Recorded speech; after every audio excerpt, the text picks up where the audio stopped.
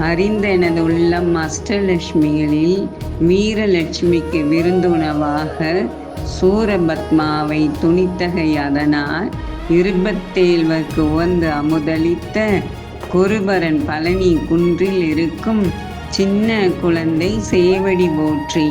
என்னை தடுத்தாட்கொள என்றனதுள்ளம் மேவிய வடிவுறும் வேலவா போற்றி.